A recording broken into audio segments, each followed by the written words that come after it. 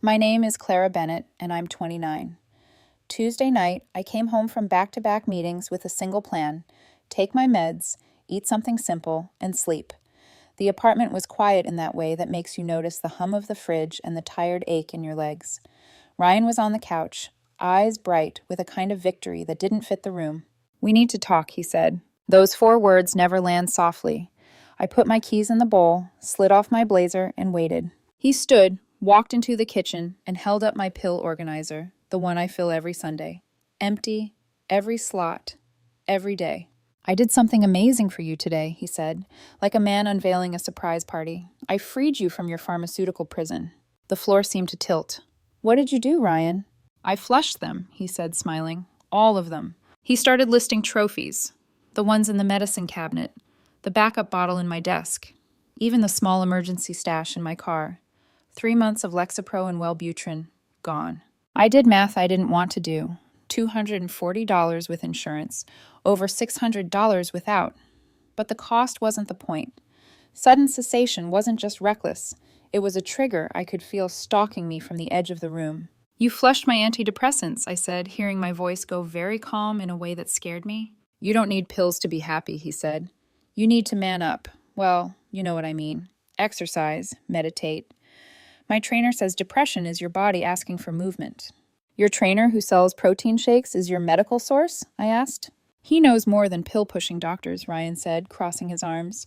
"Did you know antidepressants shrink your brain? I read an article." "On Instagram," I finished for him. "It was a wellness blog," he corrected, offended. "A naturopath." A faint tremor started in my hands. Not anger, not yet. Anticipation. In 48 hours, the withdrawal would hit like a freight train. I pictured it, brain zaps like lightning in my skull, nausea, the sinking floor of my mood. "Your medical opinion is noted," I said, pulling out my phone. "Ryan, I'm documenting this. You just admitted to destroying my prescribed medication. Leave my apartment immediately, or I'm calling the police." His face cracked, the smugness slid off. "You're seriously kicking me out over some pills?" "Over you tampering with medication I need to function. Yes, you have 5 minutes." "This is my apartment too," he tried. "No," I said, and kept my voice steady. "Your name isn't on the lease. You Venmo me for half the utilities. That's it. Leave." "You're already having mood swings," he snapped. "See? The pills made you worse." I hit record. He swore, stomped down the hall, and started sweeping his things into a bag. He shouted while he packed. How ungrateful I was. How he was trying to save me. How I was weak and addicted and pathetic. The door slammed at 7:23 p.m. I noted the time. At 7:24, I called my psychiatrist's emergency line. The on-call nurse recognized my name. She told me to come at 8 o'clock a.m. sharp. I sat at the kitchen table with a glass of water I forgot to drink and scrolled through my camera roll until the video filled the screen. Ryan, in perfect clarity, holding my empty organizer and bragging. I slept in pieces, waking to a spark behind my eyes, to the phantom buzz under my skin. My mind told me stories in the dark. "You're slipping. You're going to fall back there. You remember what there felt like." Morning came with a headache and a lead-lined body. I pulled on jeans, tied my hair back, and drove to my psychiatrist's office, gripping the steering wheel like it might float away. Dr. Hadley brought me in with that brisk competence that makes you feel braver than you are. She read my statement. She watched the video. She kept her voice level, but a flint sparked in her eyes. "Clara, this is criminal," she said. "He tampered with life-sustaining medication." "Life-sustaining," I repeated, because it mattered. 2 years ago, I'd been hospitalized. Ryan knew that. He'd held my hand while I swore I'd never free-fall like that again. "We're documenting everything," Dr. Hadley said. She wrote emergency prescriptions, added samples to bridge the gap, and explained the plan to limit withdrawal. Dose timing, hydration, rest. Brain zaps are common. If anything escalates, any dark ideation, you call immediately. I'm also mandated to report the tampering, given your history. The word mandated was the door closing on any temptation to minimize. "Take this letter," she added, sliding a printed statement across her desk. "It certifies your medication is life-sustaining and that sudden cessation risks a major depressive episode. Tampering with it constitutes reckless endangerment." The paper felt heavier than paper. I drove directly to the precinct and handed it to the desk sergeant along with my video. He read, glanced at me, exhaled. Your boyfriend did this. X, I said. The syllable tasted like both ash and oxygen. Jesus, he muttered. He took my statement, logged the evidence, and said a detective would be in touch. By 11:47 p.m. that night, my phone lit up like a siren. Ryan had gone on Facebook. Some people can't handle a strong woman. He'd typed woman, then edited it to strong person. Who cares about their health? Tried to help someone break free from big pharma addiction and got thrown out. Now she's playing victim and trying to get me arrested. He tagged me. He tagged my workplace. He tagged my sister. My sister called within minutes. What the hell happened? I sent her the video. Silence on the line like snowfall. Then, that could have killed you. I know. I'm screenshotting everything, she said, suddenly all business. Evidence. By Thursday morning, the post had 47 comments. His gym friends cheered him on. My friends dragged him for filth. My boss texted, "Take the day. Handle this. Also, get that post about the company removed." Then his mother called me. The audacity felt like a bruise. "How dare you kick my son out?" she demanded. "He was trying to help you." "He destroyed my medication," I said. "That's a crime." "Pills? Just pills?" Her voice gathered moral steam. "He saved you from addiction." "I'm not addicted," I said, hearing how calm I'd become. "I have a chemical imbalance. Would you flush insulin if I were diabetic?" "That's different," she snapped. "How?" I asked. "Diabetes is real." I hung up. That afternoon, the banging started. Bang, bang, bang on my door, like they could force the world back to the moment before consequence. I checked the peephole. Ryan. With his sister, a refrigerator in a leather jacket, and a woman in yoga pants covered in spiritual tattoos who clutched a bundle of crystals like rosary beads. Sierra. "Open up," Ryan called. "We're here for an intervention." I dialed 911. My ex-boyfriend is at my door with 2 people. He recently destroyed my prescription medication. I have a police report.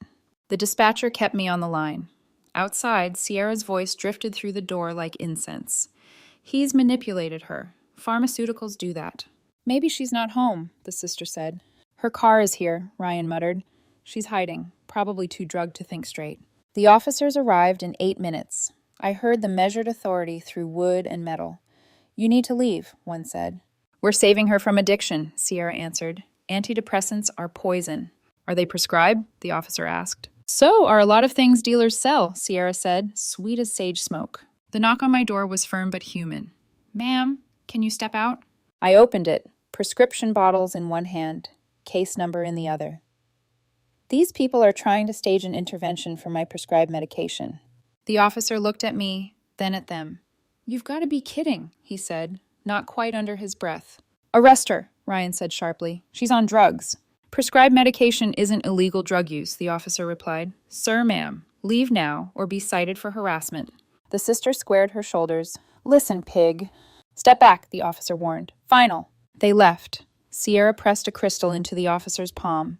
"For your negative aura," she whispered. He studied it, then met my eyes and flicked it into the ivy by the walkway. "Get a restraining order," he said. By Friday, I was served.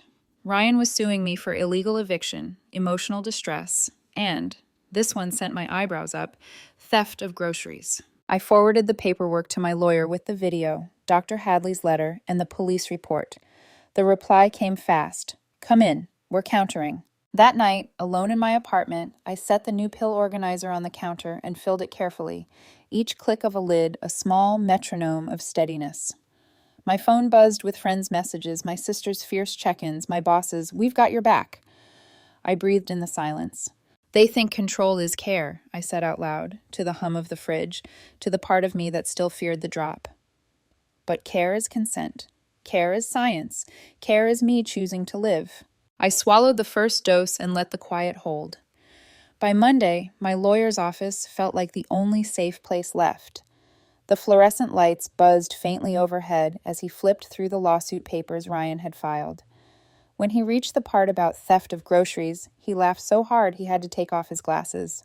"This is beautiful," he said, chuckling.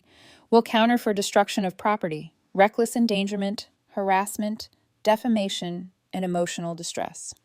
He leaned back, shaking his head. "He's suing for groceries. I'll make sure he pays for every crumb." His confidence steadied me, but part of me was still trembling beneath the surface. I'd been ambushed, humiliated online, and nearly dragged into a makeshift intervention. I wanted peace, not war, but peace doesn't always come quietly. That night, I got another ping, this time from Sierra. Her name glowed on my screen with a message request. "You can't hide forever, Clara. One day you'll thank us." She'd attached a photo. It was me, leaving my psychiatrist's office, taken from across the street. My stomach dropped. They were watching me. I forwarded everything to my lawyer, who immediately looped in the detective handling the earlier report. "Let them play stupid games," he texted back. "We'll make sure they win stupid prizes." Still, the anxiety pressed against my ribs like a trapped heartbeat. I double-checked every lock before bed. 2 mornings later, a certified letter arrived. The hearing for the restraining order was set for Tuesday. I thought that might finally calm things. It didn't. By Wednesday, Sierra had started posting too. Her tone was syrupy, self-righteous, and terrifyingly public. When you love someone with a toxic dependency, sometimes you have to intervene. Sometimes the world doesn't understand. We will not be silenced. The comments filled with heart emojis and hashtags about medical freedom. I recognized some of Ryan's gym clients among them. One of the comments said, "So brave, keep fighting Big Pharma." Another said, "This girl Clara sounds dangerous." I scrolled until my hands shook too much to keep reading. My sister called again. "You need to lock your socials, all of them." "I did," I said, staring at my phone. "They just keep multiplying." "Then stop feeding it," she said softly. "Let the law handle them." But Sierra wasn't done. She uploaded a video, shot selfie style, pastel filter glowing, voice soft like a yoga instructor. "If your loved one is under pharmaceutical control, don't give up on them. Don't let fear or the system keep you from helping them heal naturally." She didn't say my name, but she didn't have to. The comments tagged Ryan, tagged me, tagged the gym. My boss emailed again. "We've contacted PR. HR supports you. We'll cooperate with the investigation." The hearing came faster than I expected. Tuesday morning, I sat in the courthouse waiting room, a manila folder clutched to my chest. Video proof, photos, the psychiatrist's letter. Ryan walked in wearing a tailored jacket like this was a press conference. Sierra followed, carrying a small pouch of crystals and something that looked suspiciously like sage. His mother trailed behind, muttering about witch hunts. When the clerk called our case, Sierra tried to light the sage. The bailiff stopped her immediately. "Ma'am, you can't burn anything in the courtroom," he said flatly. "But it's for cleansing negative energy," she protested. The judge's voice cut across the room. "Then perhaps cleanse it silently." Sierra froze, cheeks reddening. Ryan started talking fast, about my supposed addiction, about saving me, about the dangers of synthetic medication. He even tried to hand the judge printed blog posts from wellness forums. The judge read for about 3 seconds, then looked at him over her glasses. "Do you have any medical license, Mr. Evans?" He stammered. "Well, no, but I—" "Then this is irrelevant," she said crisply. "Now, Miss Bennett, your evidence." I slid the folder forward. Inside, my psychiatrist's letter, the police report, and a USB with the video of him holding my empty pill case. The judge took one look at the clip. "Did you destroy her prescribed medication?" Ryan hesitated. Sierra squeezed his arm. "Tell the truth," she whispered. "Yes," he said finally, voice small. "Did you post about it publicly?" "Freedom of speech," Sierra interjected. "Miss," the judge said, eyes narrowing, "speak again out of turn, and you'll be removed." Sierra sat back, lips tight. The judge turned her attention to me. "Miss Bennett, you're granted a restraining order. 500 feet. No direct or indirect contact for 2 years." The sound of the gavel struck like thunder. Ryan's mother gasped. "This is medical discrimination. He's being punished for caring." "Ma'am," the judge said, "if you disrupt again, you'll be escorted out." Sierra whispered, "You're all blind. You're poisoning yourselves." The bailiff moved closer. "Out," he said simply. As they were led away, Ryan glared at me. "You'll regret this." But regret wasn't what I felt. It was grief, clean and heavy, for what we'd been, for what he'd chosen to become. My lawyer smiled faintly. "You just won the first battle." Outside, the detective met me at the courthouse steps. "Criminal charges are moving forward," he said. "Reckless endangerment and harassment. They'll be served soon." For the first time in weeks, my lungs loosened. But then, Thursday morning, I opened my work email and froze. HR had forwarded a message from an anonymous sender. "Your employee, Clara Bennett, is dangerously unstable, addicted to psychiatric drugs, and a threat to others." Attached was a screenshot of one of Sierra's posts. I walked into HR with my lawyer, heart pounding. They sat me down gently, and I showed them everything: video, letter, police report, restraining order. When the last clip ended, the HR director exhaled. "So, she called to report that you're taking prescribed medication?" "Yes." "And she's the same woman under a restraining order?" "Yes." He nodded. "We'll be documenting this as harassment. You're safe here, Clara. Take whatever time you need." Relief came in a wave so strong it left me dizzy. That weekend, I started sleeping again. Until Saturday, 6:00 a.m., when the crash shattered my living room window. A brick, wrapped in paper. 2 words scrawled in thick marker: "Pharma slave." The security camera caught everything. Ryan's sister, face half hidden in a hoodie, hurling the brick and running for the car. License plate clear as daylight. I sent the footage straight to the detective. Within hours, they'd arrested both her and Ryan for violating the restraining order. His mother called me later from an unknown number. "You destroyed our family over pills," she said. I didn't answer. I just forwarded the recording to my lawyer. The silence that followed was the loudest peace I'd felt in months. That night, I took my medication, curled up on the couch, and let myself breathe. Because healing, I realized, isn't weakness. It's choosing to survive, even when someone else tries to decide for you. 2 weeks later, the storm moved from my doorstep to the courtroom. Ryan had officially filed his lawsuit: illegal eviction, emotional distress, and theft of groceries. When I handed the papers to my lawyer, he laughed so hard he had to set down his coffee. "Groceries? He's suing you for spinach and almond milk?" he said. "This is ridiculous, but also perfect." He filed a countersuit within hours: destruction of property, reckless endangerment, harassment, defamation, and intentional infliction of emotional distress. The courthouse smelled faintly of disinfectant and old wood polish. I sat at the plaintiff's table with my lawyer, trying not to shake. Across the aisle, Ryan looked smaller than I remembered, his energy brittle, his confidence borrowed. Sierra sat behind him, hair in a high bun, draped in beads and smelling of sandalwood. She held a bundle of sage and a small crystal sphere in her lap. When the judge walked in, Sierra whispered, "Cleanse the energy," and started to wave the sage. The bailiff stopped her immediately. "Ma'am, put that out." She blinked. "It's for healing." "Ma'am." The judge cleared her throat. "Is there an attorney representing the defendant?" A man stood up wearing linen pants and no tie. "I am," he said confidently. "I'm licensed in healing arts and holistic advocacy." The judge stared at him. "Are you a licensed attorney?" He smiled beatifically.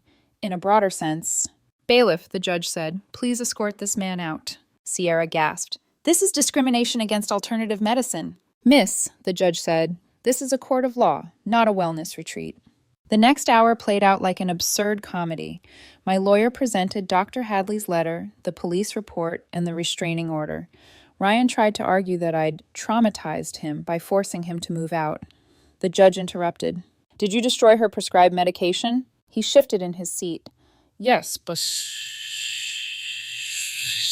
"Did you publicly post about it on social media?" I was exercising free speech. "Did you return to her residence after being told not to?" Sierra jumped up. "It was an intervention. She's brainwashed by chemicals." The judge's gavel cracked against the desk. "Miss, sit down or be removed." Sierra sat, muttering about big pharma control. The judge turned back to us. Restraining order extended to 5 years. Defendant's motion dismissed. Counterclaims proceed. The gavel came down again. It sounded like thunder breaking glass. After court, my lawyer grinned. That went even better than expected. But get ready. It's going to get louder before it gets quieter. He was right. By Thursday, Sierra and Ryan had taken their crusade public again. A local wellness blogger picked up their story. Local couple fights big pharma system. The article featured Sierra's glowing portrait, Ryan's quotes about saving a loved one from addiction, and, somehow, my full name. The backlash was instant. The comments were brutal, but not toward me. People started digging. They found the restraining order, the arrest record, and screenshots of Sierra's posts advising diabetic clients to replace insulin with cinnamon and meditation. The gym where Ryan worked called a meeting the next morning. By noon, both he and Sierra were out. Official reason: unethical and dangerous medical advice to clients. My phone buzzed with messages all day, some from friends, some from reporters I ignored. That night, my lawyer called. "Their house of cards is collapsing," he said. "Keep every receipt. This isn't over." He was right again. Saturday morning, I was making coffee when the TV filled the kitchen with Sierra's voice. A local news anchor was covering her movement. She claims she's being persecuted for helping people detox from pharmaceuticals. However, court records show she's currently facing multiple civil suits from former gym clients who allege her advice caused serious harm. The anchor raised an eyebrow at the camera. One client, a diabetic woman, nearly died after stopping her insulin. I turned off the TV. For the first time in weeks, I actually smiled. The justice wasn't loud, it was quiet, steady, methodical. Ryan tried one last move. He called my company's HR again, insisting I was mentally unfit. This time, they didn't even bother contacting me first. They forwarded his voicemail to the detective and marked it as evidence of harassment. By Monday, both Ryan and Sierra were officially charged with reckless endangerment, harassment, and violation of a protective order. Their mugshots made the local evening news. The headline beneath it read, "Wellness couple charged after medical intervention incident." The irony almost hurt. I stood by my window, looking out over the city lights. The air was still, the hum of traffic low and distant.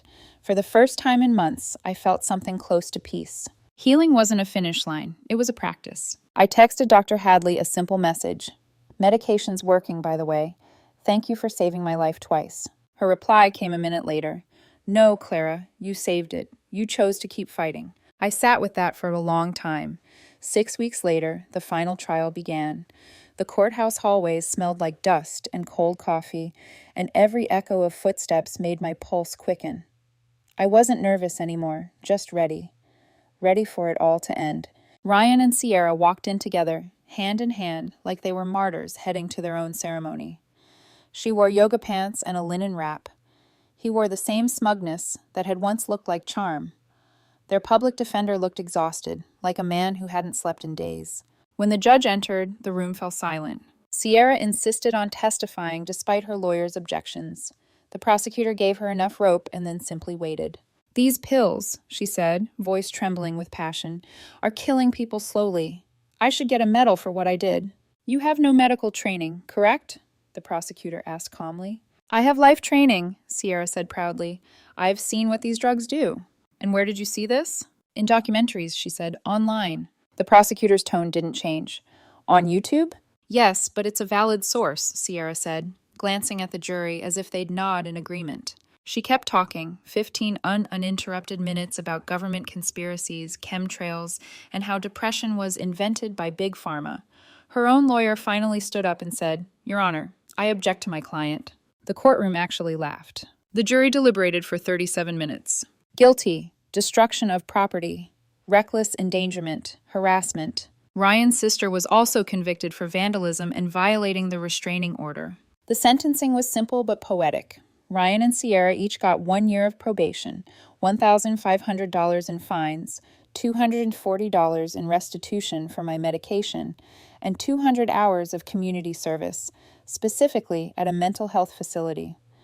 The judge had a quiet sense of humor. She added, "You will also undergo a mandatory psychiatric evaluation." The irony was almost too rich to process. As I left the courtroom, I heard Sierra whisper, "They're brainwashed, all of them." Her mother was crying, saying I'd destroyed her daughter's life. No, I thought. She destroyed her own life the moment she decided control was love and science was the enemy. Over the following months, the consequences unfolded like dominoes. The diabetic client Sierra had advised to quit insulin sued her for $50,000. The gym sued both of them for reputation damage. 3 more clients came forward. Sierra's fitness certification was permanently revoked.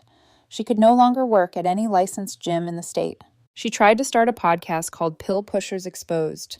It never made it past the intro episode because she couldn't figure out how to upload it. Ryan's sister received 6 months probation and a $400 fine for the broken window. The wellness advocate who tried to sage the courtroom started a GoFundMe for their legal fees. He raised $73, $50 of which came from his mother. The news cycle moved on, but the story stayed online.